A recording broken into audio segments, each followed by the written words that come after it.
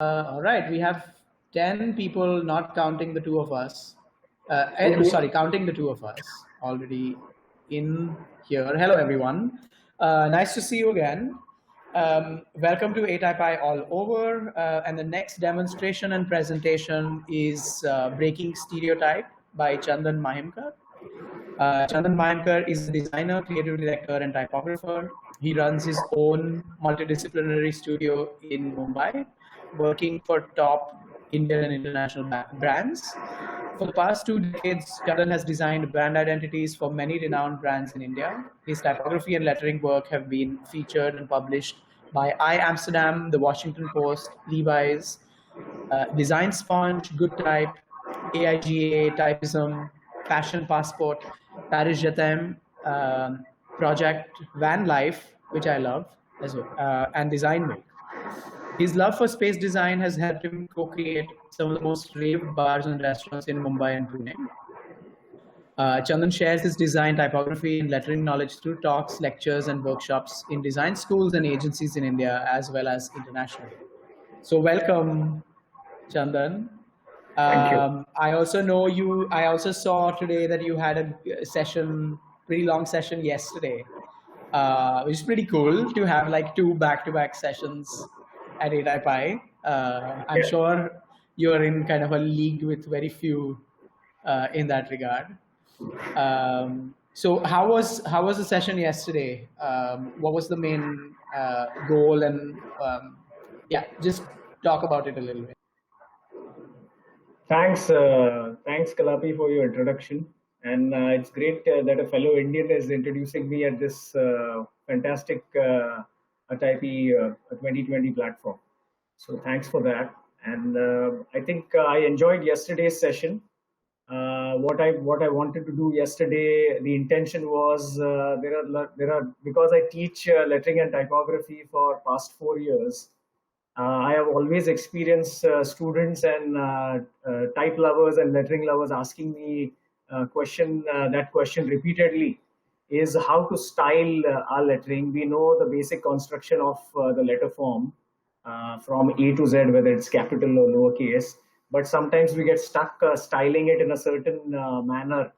So what I decided is styles are infinite styles available in the world of lettering and typography. So I uh, pulled it down to only timeless lettering styles, whether it was serif or sans serif, and gave examples of how I have approached serif and sans serif in through lettering, which is much more imaginative and illustrative approach to letter forms, and not just share my own examples through a presentation, but I also segregated them so that that whole confusion of what lettering style to choose can be answered, and then it becomes a simpler approach. And to demonstrate that, I gave an actual sketching live demo, wherein breaking down letter forms in simple strokes as a bone structure, and then moving ahead with adding more weight to it, so that it then starts reflecting the serif and sans serif, thin, medium, and bold. So kind of breaking it down. I wish I could do that today again. Unfortunately or fortunately, I'm allowed to present a different topic today, and it's not about a live demo today, more about today's session. And thanks everyone who's joined. uh, I'm fortunate enough and grateful enough that I'm able to reach all of you from different parts of the world and India. Today, it's the whole topic of breaking stereotype. You may have seen the pun in it. It's not stereotype in a generic term, but it's also stereotype, and that's why we are here for, isn't it? For the love of typography and letter forms. So my whole agenda was in today's world, there seems to be pretty cliche approaches, not as a generic observation, but in many ways than few.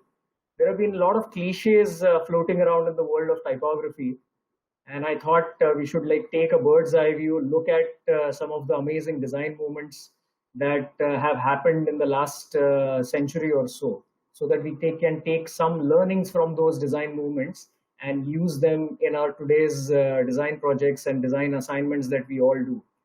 even though they might be paid or sometimes proactive. It doesn't matter. So that was the whole approach. So I guess we are 5 minutes down. We have a few participants. Should we start, or Yeah, should we sounds wait good. a few minutes? Sounds good. I can load up the deck for you, and then you can take it from there. Yeah. So the deck is in the playlist. So yeah. Here you So go. breaking stereotype. Thanks so much. Breaking stereotype. You know what it means. It's me. It's that's the reason the T is capital there, and that's the beauty of puns, and also the beauty of uppercase and lowercase in a very simplistic, minimalist approach. So breaking stereotype with me, Chandan Mahimkar. That's my Instagram and Twitter handle there. I don't think without social media we could have reached each other, whether it was the management team of ATypI or all of us here for the love of typography. So again, breaking stereotype, I'm going to share some of my most favorite design moments since past, I think, almost 120 years, beginning of 20th century. And these may not be all design moments. All of you in your own individual knowledge and capacity must be aware of many more design moments. But what I've tried to do here is design moments which are timeless, continue to rule our hearts even in the 21st century, and therefore this particular curation. But I still respect the ones that I missed, and I missed them purposely so that we can manage to fit it in this time span of an hour and a half, which includes a question answer session. So without further ado, why do I have chosen this subject? Because you will see that as I share the examples, how it's relevant even today. But let's go back to the beginning of 20th century. And these design movements have challenged stereotypes, and therefore they are so much relevant. They were so much relevant then, and they are still relevant today. And they've time and again new design movements, one after the other, have come and attacked public perception and created these new countercultures and popular cultures and ruled generally the people at large. And then it influences many other things in creativity and architecture. What typography has done without taking too much credit since these 120 years is it's given these moments a unique voice. And yes, I'm going to share examples of that. Typography, nevertheless, is an integral part of any visual language, and nobody will seem to debate that. So let's start with the first design moment, which I have chosen specially for today's session. And you might get some hints by looking at this. It is Art Nouveau, which started in the late 19th century and then probably started to get less popular because of the advent of another design movement by 1918. The beauty of Art Nouveau is it is organic, it is asymmetrical, it has a lot of intricacies. The reason Art Nouveau came to birth, the birth of Art Nouveau happened is because in that time there was a lot of populist, what do you say, traditional British way of looking at art and architecture. And there was hardly any opposition to that design style, whether it was architecture, whether it was symmetry, whether it was the vintage approach, whether it were the clean lines. And somehow these propagators of Art Nouveau, whether they were artists, architects, and many other art forms, started to rebel against that symmetry, rebel against that classic approach.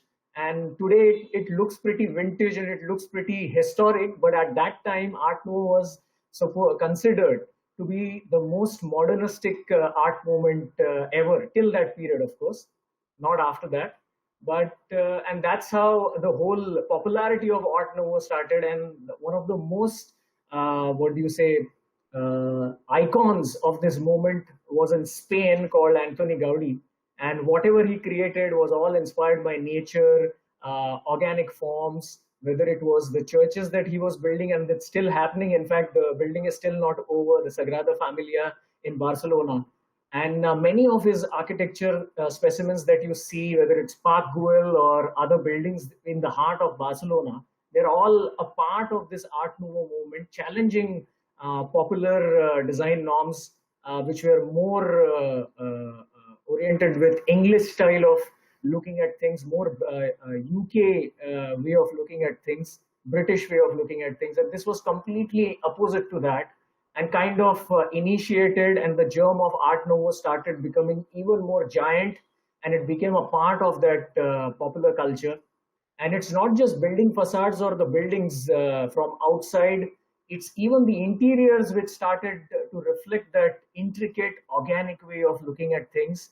And it just became like a rage of sorts, and every minute detail in the architecture was never left to imagination. Art Nouveau blended itself in all these aspects. This particular photograph on the right hand side is actually that one road just on the periphery of the main city hub of Paris, and that's me walking the street. I specially marked these landmarks while I visited Paris last year on a teaching trip. And I just made sure one afternoon I spent with these Art Deco buildings and surroundings, and it was an amazing treat. What you therefore see is a more illustrative approach in stained glass, which you had already seen before that, but it just started becoming more floral, more asymmetrical in many ways. And also, the stained glass started to look like a character and went beyond just the Catholic and biblical representations, and went into more luxurious art form, whether it was a private merchant's home or a castle, or be it even a commercial building. And therefore, naturally, what followed was its representation in terms of the name of these buildings, the name of these institutions. And the most popular when you roam the streets of Paris is the metropolitan signage system. And you will see Art Nouveau in its complete glory even today. And not just these metro entrances or metro station names, but even intricate typography inspired by the Art Nouveau, you'll still find today refurbished and still followed, almost as if we are living in the early 20th century. And this intricacy actually was kind of rebellious at that time, but nevertheless it looks pretty historic now. Almost Art Nouveau has become a beautiful specimen in the world of typography, with more illustrative and organic and more decorative letter forms. And it just goes on and on. Like some of these this is the one which I have shot when I traveled Europe, and I just find it fantastic. I have so many of these specimens now through various travels over the last 2 decades or so. And if you see this left and top one, it's a combination of ceramic, it's a combination of typography, it's also a combination of architecture. So it's like all these beautiful art forms and these aesthetics come together to create these amazing building signs or shop signs. And this one especially is very, very beautiful. The bonbons, kind of pretty cult. And therefore, what started is whether it were these cabarets in Paris or events that started happening in terms of perfume launches and restaurant launches, you started seeing the Art Nouveau sensibility everywhere, whether it was the illustrations, whether it was the typographic treatment, even the dates would not be left alone. They would all obviously be visualized and executed in the Art Nouveau way of doing things, which was the modern way of, let's not forget, it was the modern way of doing things in the early 20th century. And it was extremely intricate. It was very imaginative. It would not be fitting any geometric forms. Nevertheless, the repetition created a sort of geometry. And what I was influenced through these travels and learning about Art Nouveau, because I'm also a typography faculty in Ecole Etude Lab, which is a French design school, and they have a school in Mumbai, and that's where I went last year to teach.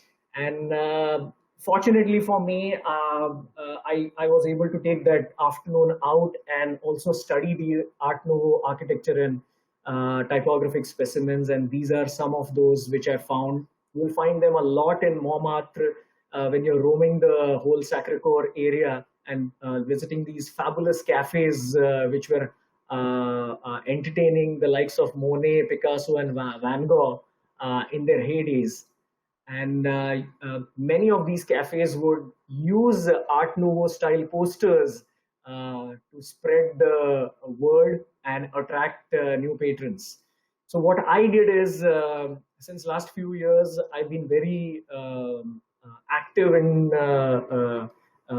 putting hand lettering in a more popular, propagating it as an popular art form. And because of my influence to Art Nouveau last year, I created these hand lettered specimens, especially the middle one, which is much more traditional and much more modernistic, as close as possible to the Art Nouveau style in the early 20th century. The ones on the left and the right of the center one are my way of looking at Art Nouveau today with the lens of minimalism, because it's my approach to Art Nouveau. So kind of my way of taking the Art Nouveau style ahead through a minimalist approach, although Art Nouveau is not about minimalism, but I wanted to use my own sensibility to create something unique.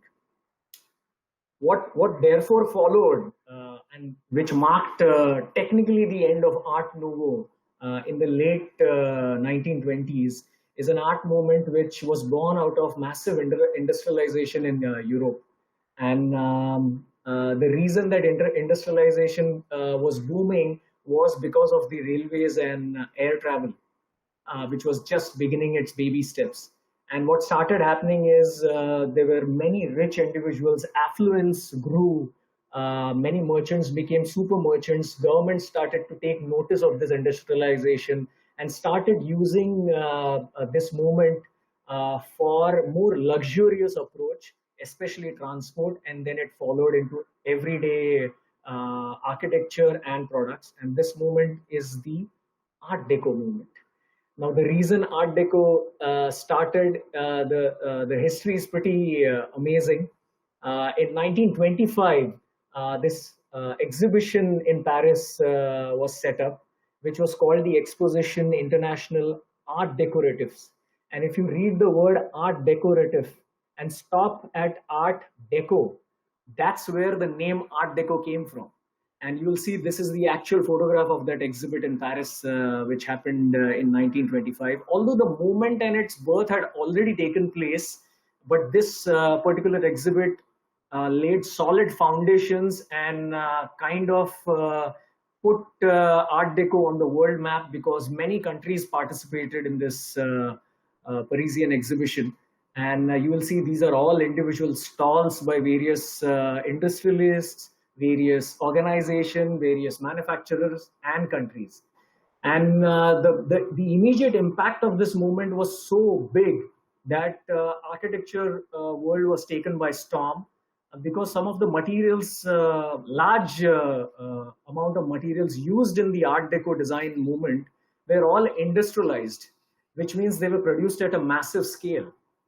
Nevertheless, Art Deco also meant geometric. Art Deco also meant something luxurious, because industrialization could only do so much. So all these wealthy merchants and affluents people started traveling from one country to the other, one city to the other, because of the huge railway network that Europe was beginning to see at that time. And this railway travel therefore became not just a matter of common people or male or industrialized objects and industrialized approach to railways, but it also became a means of luxurious travel for the rich and wealthy. And therefore, the Art Deco movement played a very pivotal role in making sure that luxury becomes the hallmark of Art Deco movement. And some of the most largest and most iconic examples of this is the Empire State Building in New York and the Chrysler Building, which you see on the right. And some of the materials, the stones, the steel, the glass, these were all byproducts of the industrial era before World War I. And the one city that comes to my mind which has the maximum amount of Art Deco buildings in the entire world is the city of Miami on the west coast of America, in the state of Florida. And every other building there is taking the Art Deco movement to another level. And these were not large scale buildings like the Empire State or the Chrysler building. These were all small scale cafes, lounges, hotels, small commercial establishments, all local, but they seem to love the Art Deco design philosophy, whether it were the architects, whether the names of the buildings beautifully etched on the facade, beautifully installed on the facade as 3D letters. They all represented Art Deco in its purest form.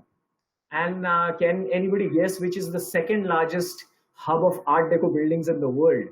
And it's just stunning that I live in that city and I breathe the same air as those designers in the early 20s and 30s in Mumbai did. It is the city of Mumbai, second largest in terms of Art Deco buildings in the entire world. The entire Fort, Colaba, and Marine Drive, Queen's Necklace area is full of Art Deco buildings. Some of the most iconic and legendary cinema theaters like Eros and Regal Cinema are built in the Art Deco style. You will even see the word Eros written here in an Art Deco typographic style. And many of these buildings, which are maximum number of buildings, are residential buildings. And if you see, the detailing on the windows is also not left aside by these fabulous architects. And obviously what had to happen because of the popularity of the materials, the mass production of these materials and availability of these fantastic materials at that time, made sure that Art Deco becomes a popular design aesthetic even in city planning and city development. And naturally what followed was in the world of graphic design, where the kind of first train, the first fastest train of Europe, this is the poster for it, designed by some person which I'm not able to find through my research, but I love this poster. The visual styling is so Art Deco, very geometric, and even Nude Express, the way it's written, very minimalistic. That's a hallmark of Art Deco typography, isn't it? Very geometric, very straight lines, very much circles and not ellipses. And therefore, what it did is all your modern cafes, which came in the late 20s and throughout the 30s, 1930s, started using just the way Art Nouveau was used in those posters and their advertising and billboards. Art Deco took that position very quickly in launching these new restaurants, launching the Titanic, launching new cities and their travel posters, launching the Monaco Grand Prix in 1933. Even cinema halls used to do such kind of posters. Some of the biggest events and fairs in the world were therefore during that time reflecting the Art Deco sensibility through the posters that they did. Remember, there was no digital movement at that time. There was nothing digital. Everything was done through printing and hand painting and much more craftsmanship used. So much so that only 7 years ago in the world of cinema, what happened is a movie came. The movie's name in 2013 was The Great Gatsby. And you might remember this movie where Leonardo DiCaprio played the protagonist. And that entire movie is based on this novel called Great Gatsby. And the entire story is based during the 1930s. So naturally, the movie makers, the set designers, the design team, and the director followed the Art Deco way of doing things because the story was set up in 1930s. Nevertheless, I have never stopped, and I run my own studio, but I have the habit of using my spare time in creating something which is related to these iconic moments. And what I have done, again, in the past few years is try to develop my own unique way approach to Art Deco letters as well, just like what you saw in Art Nouveau. So again, very geometric, very straight lines, but I'm playing a few tricks there of ligatures and overlapping, which are unique to my style of looking at typography and lettering. As this movement was coming to end in the late 30s, there was a school which was also being developed in the Weimar region of Germany, and the school's name was Bauhaus. And this school came into existence in 1919 by a gentleman, an architect a very famous architect in Germany called Walter Gropius. And what he did is he curated like-minded faculty and started the Bauhaus School of Design in Weimar in 1919. Unfortunately, the Bauhaus School did not last for more than 14 years because the Nazis were against their philosophies, and therefore the school was shut down. But what those 14 years did is we are seeing the benefits, and we are seeing that design sensibility of Bauhaus rampant even today in the new millennium, and I'll show you how. What started happening then is, if you saw Art Nouveau and Art Deco, both these movements were financed by governments and individuals and merchants who were very powerful and extremely political at that time. Bauhaus went exactly the opposite way. They wanted a more democratic approach to materials and to architecture and design. They believed in the philosophy of form follows function and not luxury. And you will see more minimalist, more geometry taking shape through the forms, the shapes of the windows, more light entering the buildings. And these are some of the buildings that were designed in the early era of Bauhaus by the original faculty members of the Bauhaus School of Design before it was shut down after 14 years. And you'll see this example is very, very important on the right-hand side, which are these small balconies jutting out of some of the apartments that were meant to be lived by the middle class in Germany. What this did was this created a revolution. Why would a middle class compromise in the way light enters, or why should they spend more on larger apartments for enjoying sunlight? And therefore, one of the architects had the brain wave of creating these small balconies jutting out.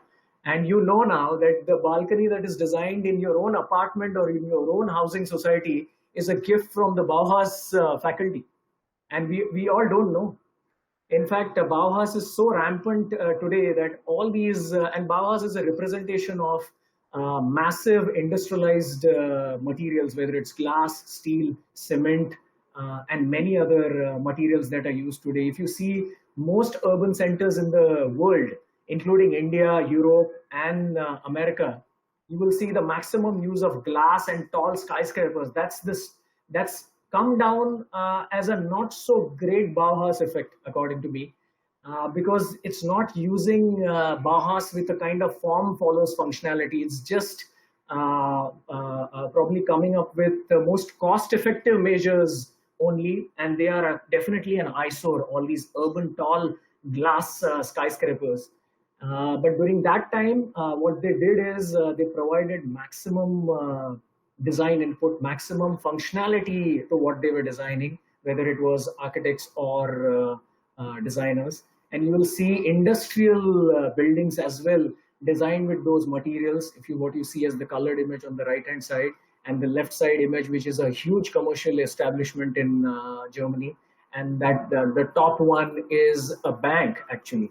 And at that time, it was kind of very modern, very simplistic approach, but extremely functional approach.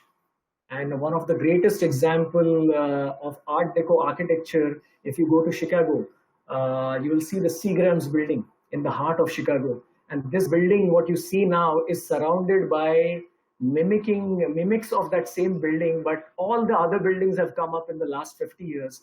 Seagram's came, I think, in the year 1958, and one of the faculty who had to leave, in fact, all the faculty members of the original Bauhaus school left Germany because the Nazis had shut them down, and it was the World War II was unavoidable by that time. So all these amazing visionaries, whether it was faculties or students who came out in those 14 years out of Bauhaus school, migrated to various parts of the world, especially America. And one of the faculty, which is Ludwig Mies, he created this Seagram's building, and therefore it became an amazing example. Sorry, it's work from home. And one of the finest examples you will see now, all the buildings that you see now in your own cities are an example, are actually copycats of the Seagram building. And you see how the styling has changed from Art Nouveau to Art Deco and now to Bauhaus.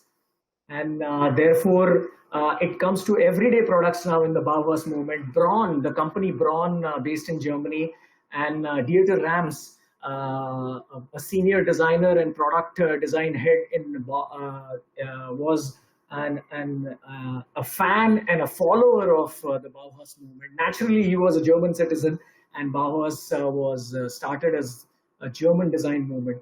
So all these products you see, whether it was the simplistic watch approach, the table lampshade approach, the transistor approach, this chair that you see now, which you see rampant in government offices, it's actually a byproduct of the Bauhaus movement. So much so that at that time, a car which was a rage was the Volkswagen Beetle, and that itself was designed with the Bauhaus sensibilities. What you see on the right hand side is this original Braun transistor which was created, and what you see adjoining to that is the first iPod which came in the market in, I think, the early 2000s.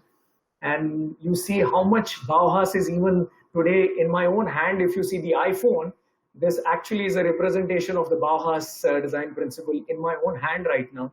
The car that the small cars that rule all cities in the world are actually a gift from the Bauhaus movement, whether it's your local national product or an international product. So Bauhaus is everywhere, actually, whether it's your balcony, whether it's your phone, whether it's the pen that you hold, whether it's the watch that you wear, everything is Bauhaus. And nevertheless, it has to come to graphic design. And these simple shapes of triangles, circles, and squares, and simple primary colors became representative of the Bauhaus movement. And of also typefaces like Futura became a huge impact in graphic design. And of course, you saw many examples of furniture design, product design. What also happened in the 50s and 60s is a product which took the world of graphic design by storm. And because it democratized the way typography was being used by everyone, and that's the letterset. It had these sticky letterforms, and all you could do is, as a DIY typographer, a DIY designer who's never gone to a design school, you would be able to start making your own posters and artworks. And of course, it was also used by designers themselves, ad agencies, publishing houses. So it became more democratic, and it definitely landed in the hands of the DIY designers, DIYers.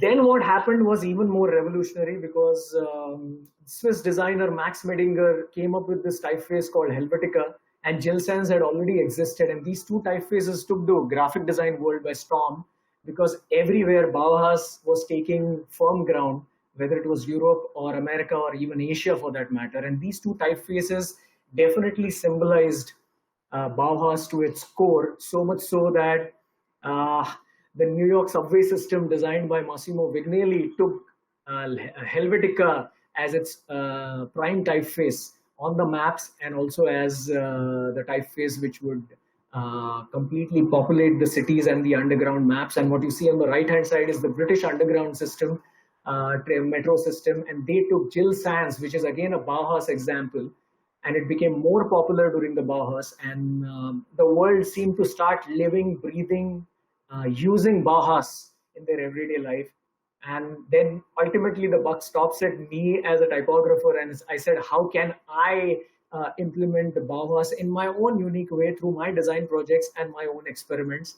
And these are some of the things. These are only few examples, but I thought I would completely dedicate these designs to the Bauhaus way of aesthetic and typography. What Bauhaus is still very much alive today. The period has never ended. It seems to grow almost to the point of becoming a disease in urban planning and urban design. And it's kind of an eyesore. But companies like Apple and Braun and some of the best furniture design companies like IKEA are taking Bauhaus and making it more endearing, more meaningful, and also democratic. What followed in the mid 60s till mid 70s is the advent of rock and roll. and therefore the birth of another design movement, which obviously I am calling it as the hippies and rock and roll design movement. The reason it started because there was this great large concert over the weekend in America during the mid 60s called the Woodstock. And what you saw in Woodstock is bands performing, rock and roll bands performing, and the kind of audiences that came, it's almost like half of the city youth was attending these Woodstock rock concerts. And stars like Beatles, stars like Jimi Hendrix would be crowd pullers. And the other aspect of these of the Woodstock and the movement was creating a counterculture of sorts, because America was going to war with Vietnam at that time, and nobody loved war. Soldiers were dying, and nobody knew why was America going to war. It was politically more motivated, obviously, as far as what I have read, and people seemed to love and wanted to escape from that reality, and therefore rock concerts and rock and roll became a kind of counterculture of sorts. And you will see the kind of audiences, and people would sleep there for days and eat, sleep, bath, have sex, take marijuana, smoke weed. And there was also a movement of legalizing marijuana in America at that time.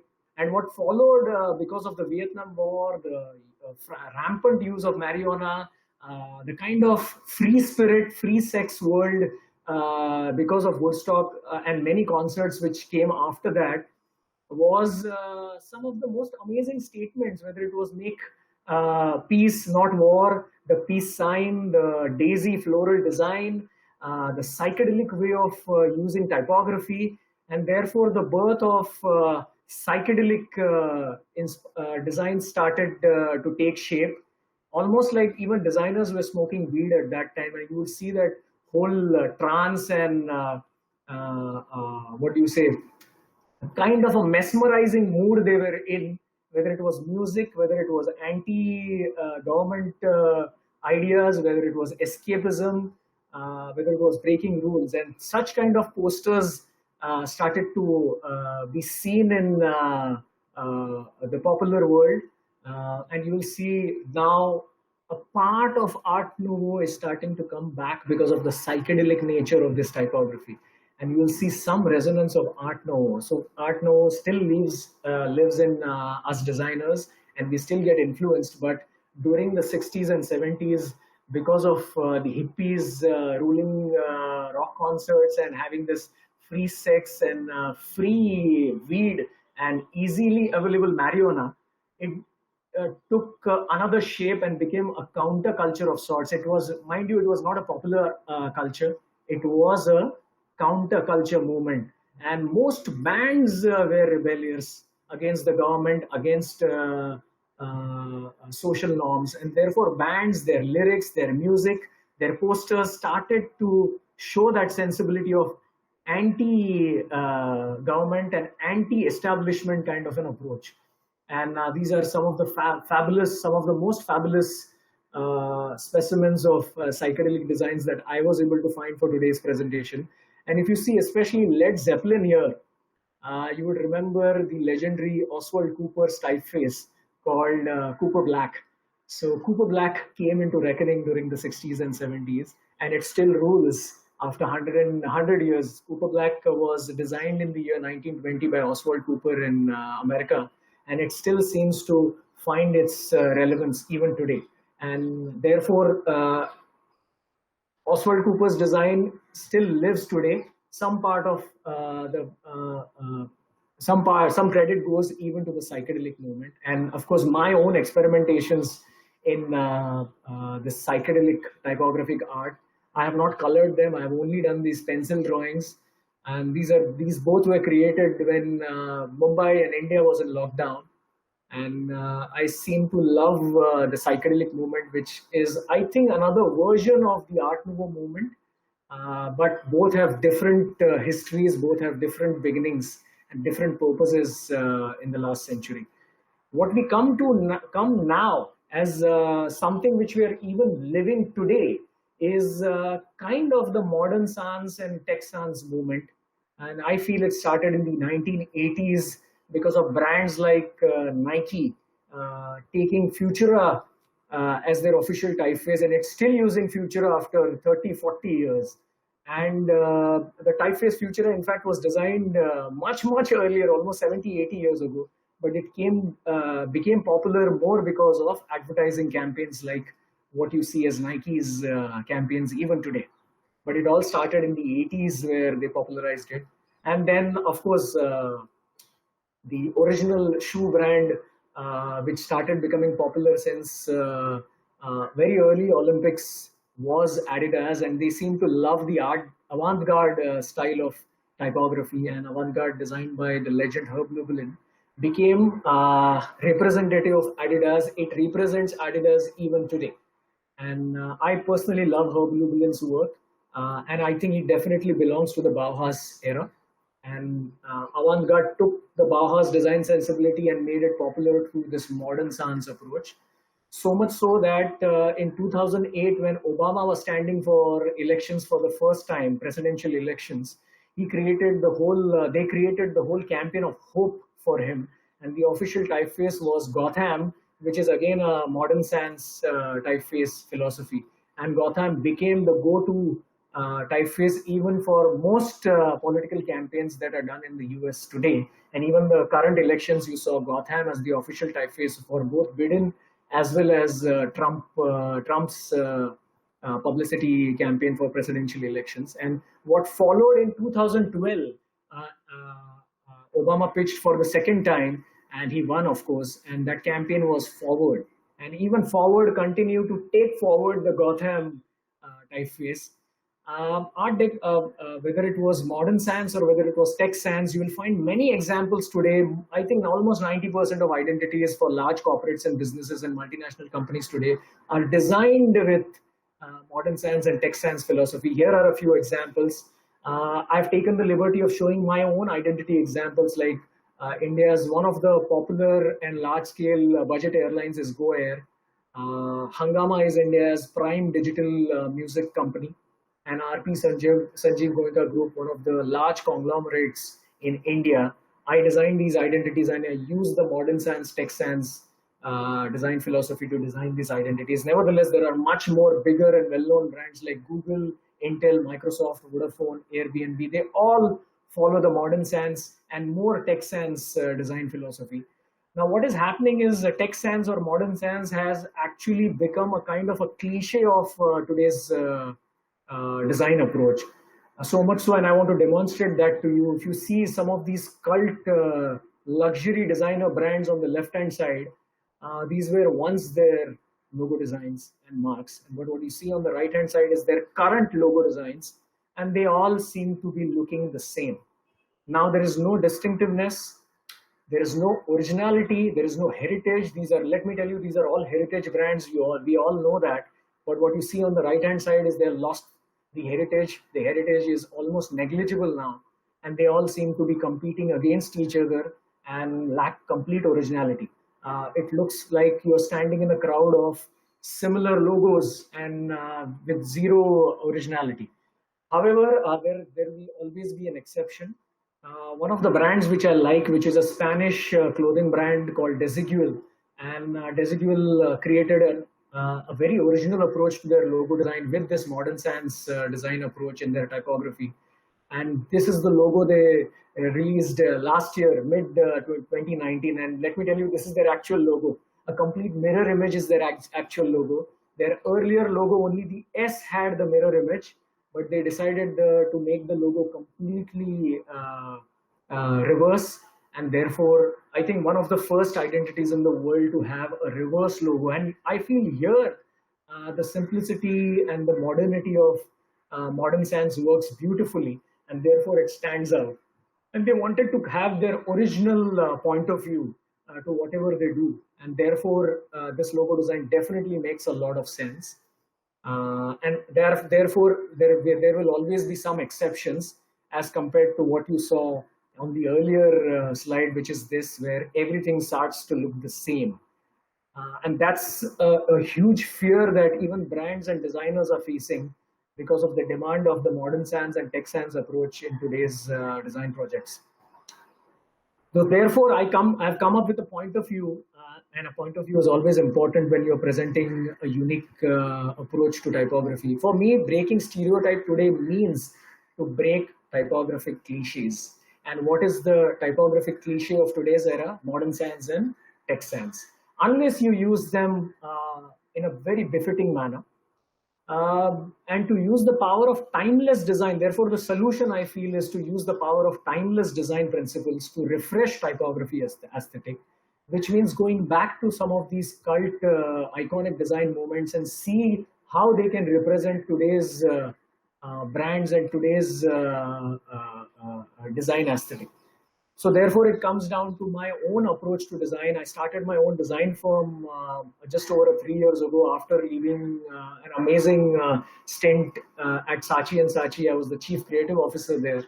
And the whole approach was to break cliches and use timeless design approach. And these are some of the identities that I'm able to design since last 3-4 years.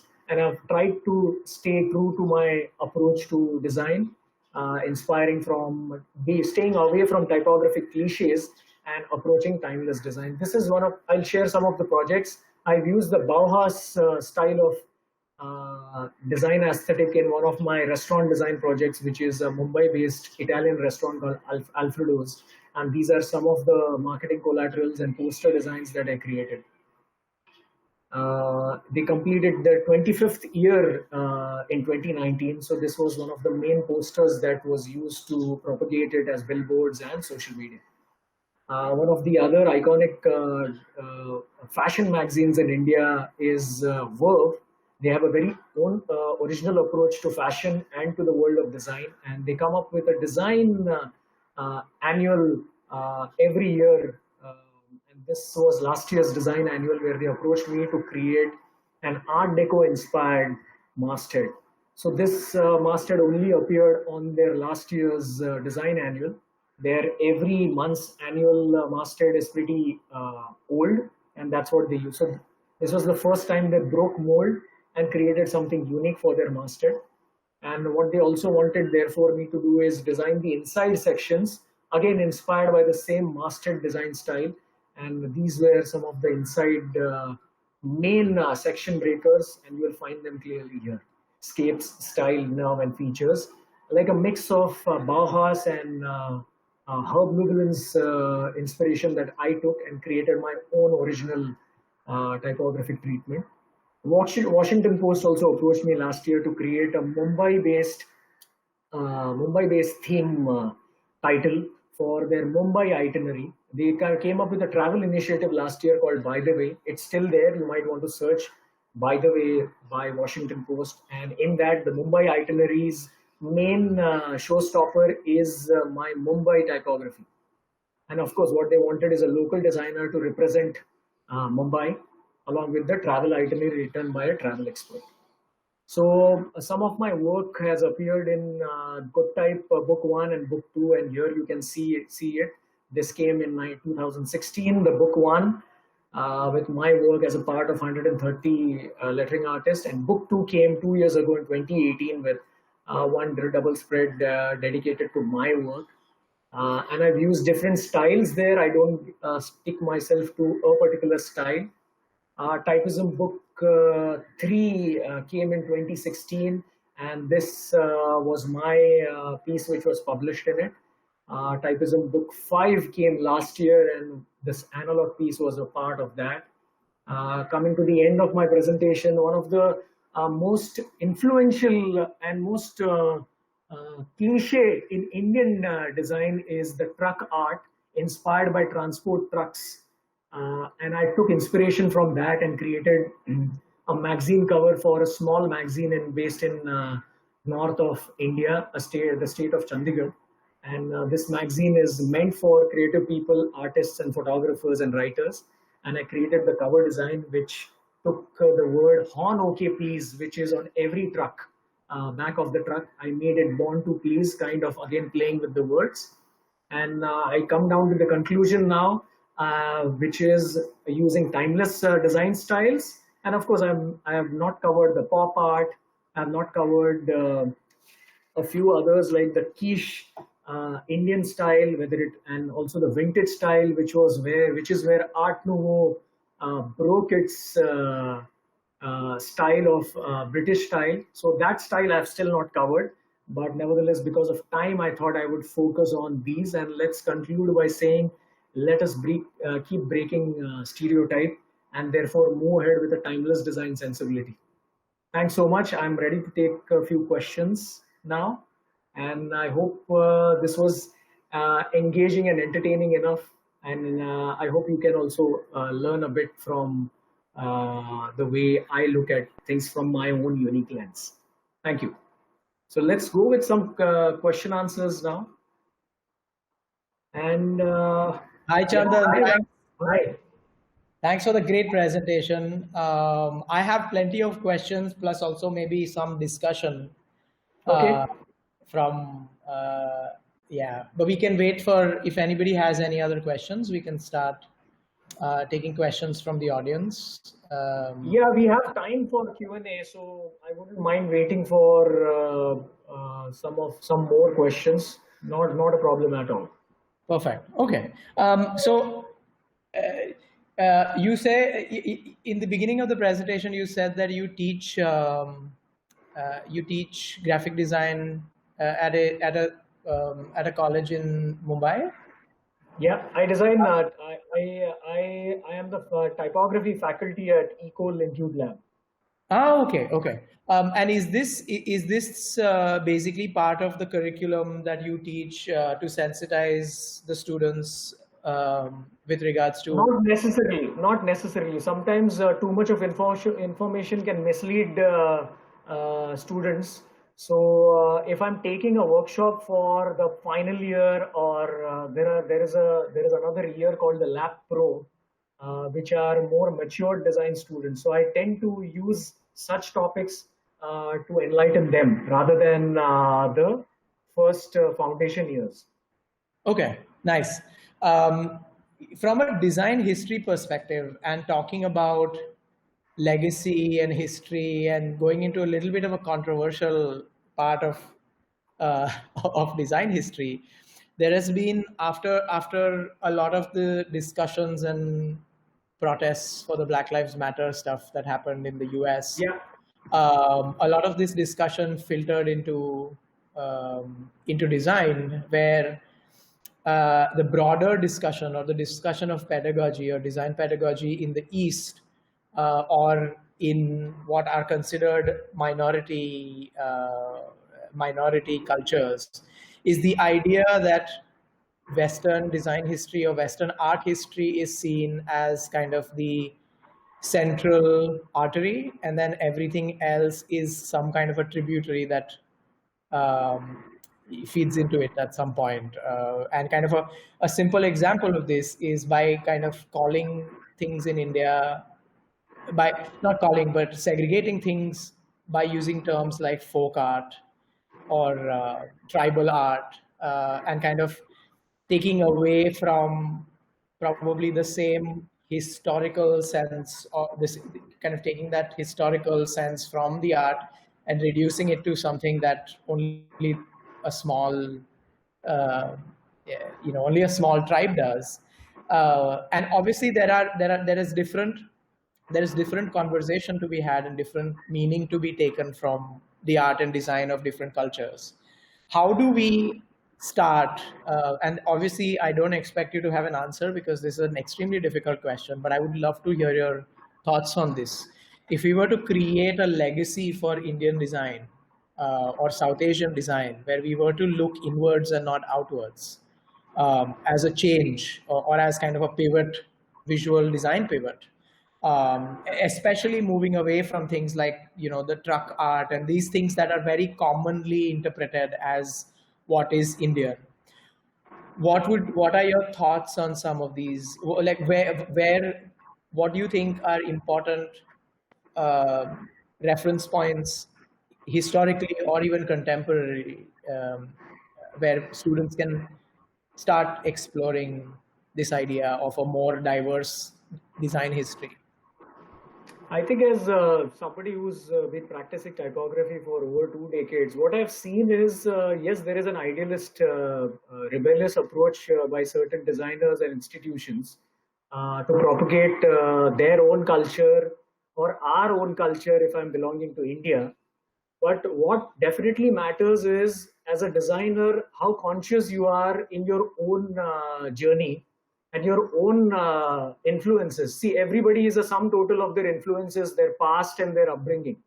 So you may not be able to force the nationalistic approach onto everyone, however hard you may try. And therefore, what happens is, suppose I decide that because I stay in the state of Maharashtra, if we force all schools to learn Marathi, there'll be a rebellion happening with parents, because Mumbai is a cosmopolitan city, or Bangalore is a cosmopolitan city, and you don't want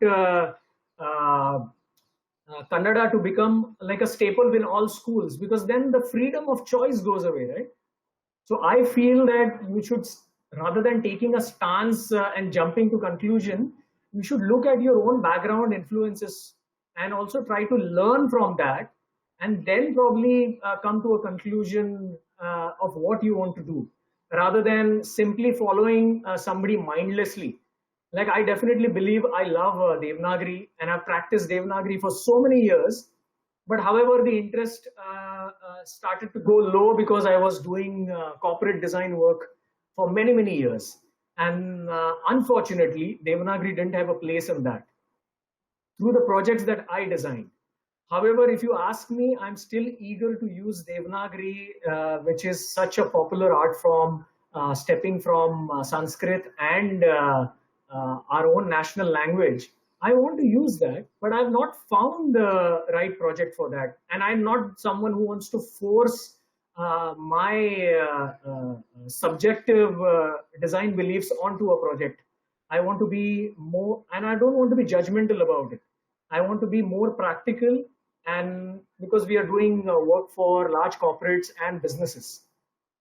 So suppose there's Maharashtra government who approaches me, I would definitely use Devanagari as one of the leading and suitable art forms for their imagery and visual language. And when it comes to tribal art, if there is a project which fits, I'm not going to think whether it's designed by minority or designed by a few tribal artists living somewhere where I don't know. I'm going to look at it as an inspiration which is suiting that subject. And the same happened with the cover design for the Chandigarh-based magazine, where I decided to have various other design routes. But what I thought is, me as a designer, I have not taken Quiche India seriously for last several years. And mind you, the Kalagoda Design Fest in Mumbai, you will find 90% of Quiche India available in the form of door handles and fridge magnets and affordable art. And I thought, how can I treat it differently? So I added my own point of view, where I didn't use "Horn okay please," and I used the words "born to please." So that's my way of looking at Indian quiche, slightly through a different perspective. And the same applies to various other forms which maybe are not getting popular, maybe because designers are not finding it fit for that project, or maybe they don't have the vision. Yeah, no. I probably gave the wrong impression. So if you know me better, you'll know that I'm the last person to be nationalist or force anything on anyone. What I was talking about is the opportunity to offer somebody who is entering design education an alternative aesthetic history, or an alternative aesthetic approach to how to look at something as an Indian. Definitely. I try to use that as examples many times and I use history, culture, art as important pillars of learning design, aesthetic, and typography. So if you don't look back at the history and see what design crimes were committed, you won't understand what is good design. Yeah. So the question stems more from this idea. So I'm a typeface designer. Throughout the history of Indic typeface design, we've always kind of suffered this idea of a lot of the Western technology or technology that has been designed specifically to cater to the Latin script being forced to be used for the Indic script. And in some cases, it works. So this is a conversation we've been having in the Hangout space off and on for the last couple of days. This idea about newspaper design and how some Indian scripts work better for the Western approach of column spacing and column sizes. Things like Malayalam and Tamil, which have exceedingly large word lengths, they suffer greatly when it comes to kind of a 8-column typesetting approach, where your sentence is reduced to maximum 2 to 3 words. So you're reading 2 words, then next line, 2 words, then next line. So the idea was, if we were to rethink developing a newspaper, because now things are more flexible with regards to how you print things. Of course, the economics hasn't changed, but as a thought project, it may be interesting to provide an alternative approach to think about how to best transfer knowledge in a kind of a specific script and its overall culture, especially because historically people have not en masse haven't had a say on how their culture is represented to them, especially language, especially typographic language, not language in itself, but the way it is printed and published. Yeah, I think the responsibility lies at designers, businesses, technology input. All need to together come so that they can create a kind of a smooth access and a kind of an ecosystem for that to grow. It cannot be looked upon only from a singular typographer's point of view, or business point of view, or technology point of view. All have to come together, and that's the whole reason why why Roman script has become so popular, because everybody seemed to support it, whether it's businesses and even digital technology. So I think that's something which, and of course, a lot of type foundries based in India, typographers based in India, and working with that sensibility are working on it. But I think it needs to be done with steroids in your blood. It cannot be done with a very lukewarm approach. It needs to be a little more aggressive, and also there need to be a larger vision rather than just doing it for the sake of making the Indian script popular. But there has to be a larger business and economic angle to you as well, whereby designers get paid well, technology experts are able to understand that these designers are value adding and making typography much more accessible to local businesses because it's in their own language. So I think that vision needs to be there somehow. Of course, it's there, but I think it's at a very slow pace, better than what it was in the last decade, definitely, but not at a level where it becomes probably a culture of sorts yet. Awesome. So Irmi asks, thank you very much for your interesting talk. Is there literature or websites you could recommend to a designer from Germany to learn more about Indian graphic design history? Because I know far too little and would like to learn more. I think Indian Type Foundry, I mean, I'm not a great follower of Indian type designers. I'm very sorry, because at a core, I am a designer and creative director. And what I do in the world of typography and lettering is very much focused to my design projects. But I think Indian Type Foundry and many other designers, NID, NIFT, you might see a lot of designers, your own work, in fact, Kalapi. If you're able to search these individuals, you will be able to know a lot more. And let me tell you, India is just like any other country in Europe, to be very honest. We love everything Western here. We love the Roman letters. However, we also love what is intrinsically Indian, and we have over 30 languages in India. So it's like 30 European countries are residing in one Indian country, kind of an approach. So it's like a complete chaos going on in India in terms of languages and cultures. And every state seems to have its own culture and food habits and aesthetic sense. But we all love chaos for sure.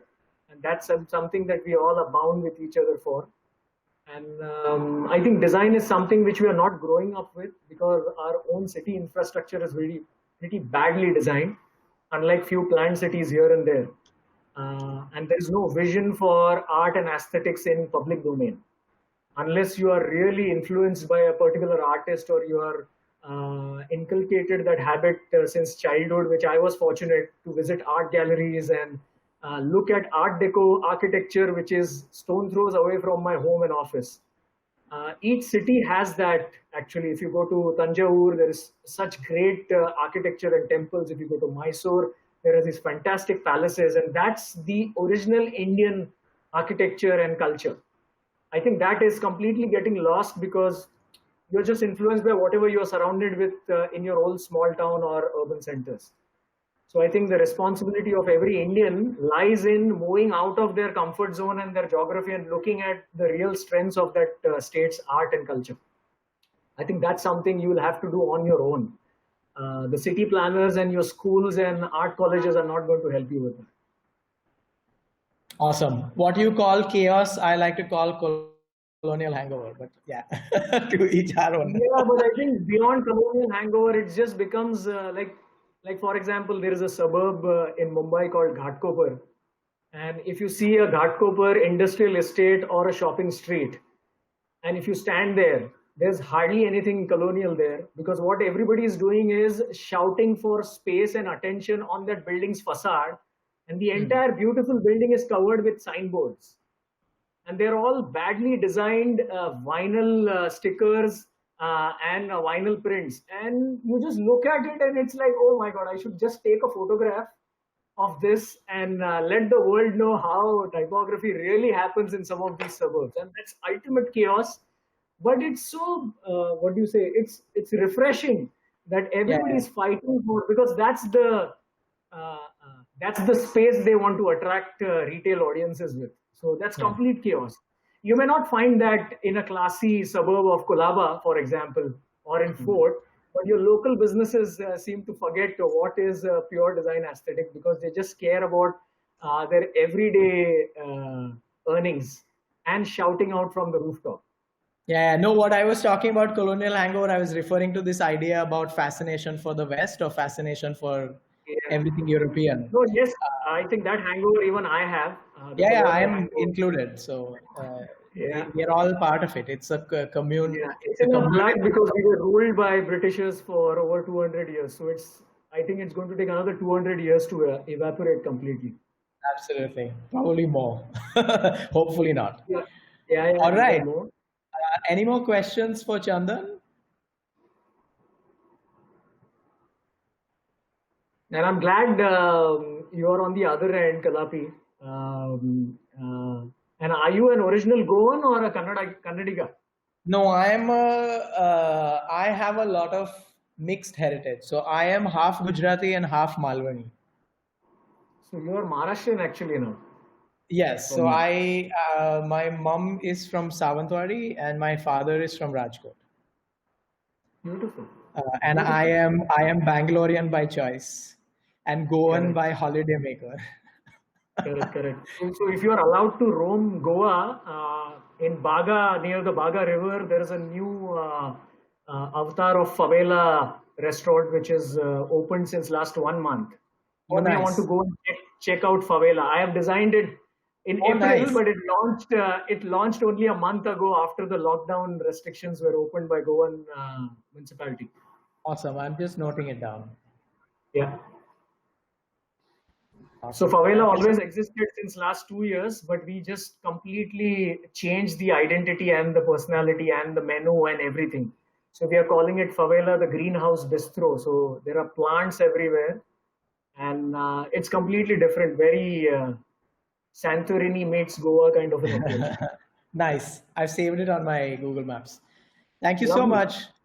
I hope to speak to you independently anyway in the Oh, future. sure. More Sure. typographic, more controversial, more boundary pushing discussions, as should Definitely. always be the case. Definitely. Thank We you should so much for collaborate your as well. time. Yes, thank you so much for your time over the last 2 days. It has been great. I hope you enjoyed as much as I'm sure all of us have enjoyed. If you have time, if you have more time than that you've already spared for us, I would invite you to the Hangout space, which is like a nice, cool, chilled space where a lot of people want to know more about India all the time. Sure. Sure. So So, it's what is always, the process? How to move to the Hangout space? If you can guide me on that. if you have access to the overall portal, the Hangout space is always a live room that you Okay. can join, and then Okay. yeah, there'll Sure. be lots of In people the there. in the everyday schedule. Yes, and there's also going to be Okay. an closing party today, so hang around and we can Cool, have some man. fun. Cool. I think it was great chatting with you and all the like-minded type lovers. Finally, the type and the typography binds us all, I guess. So have Yes, a good weekend. likewise. Enjoy your typographic journey in your own original way. Thanks so much. Perfect. Thanks again, Chandan. Bye. Talk to you Bye. soon. Bye. Bye. Bye, everyone.